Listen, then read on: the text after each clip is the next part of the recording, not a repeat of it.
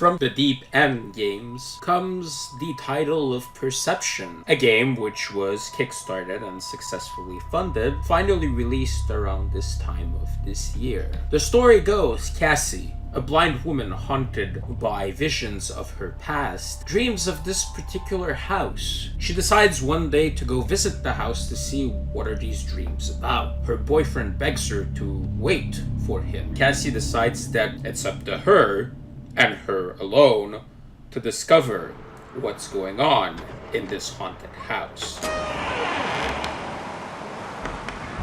Hello? Probably should have worked out a plan if someone is, here.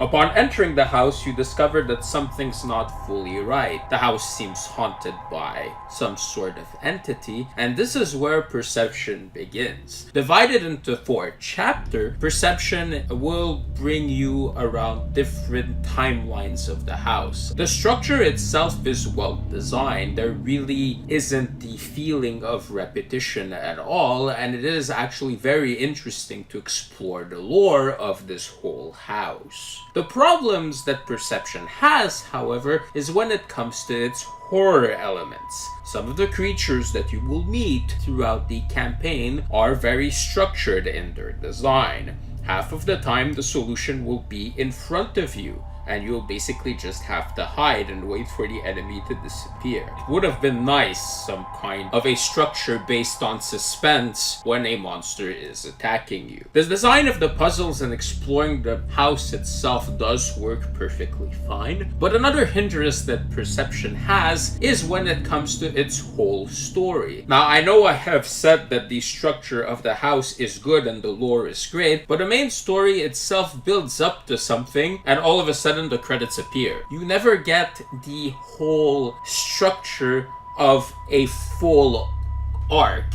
It feels more like an intro than anything else, which is disappointing. However, on a positive note, Casey is a strong character. Even though she is a blind woman, it is never shown as a huge disability. The whole blindness of the gameplay is innovative and very reminiscent of the Arkham series, but sometimes can feel tedious and sometimes it's hard to know where to go, but that is to be expected. Overall, Perception is flawed.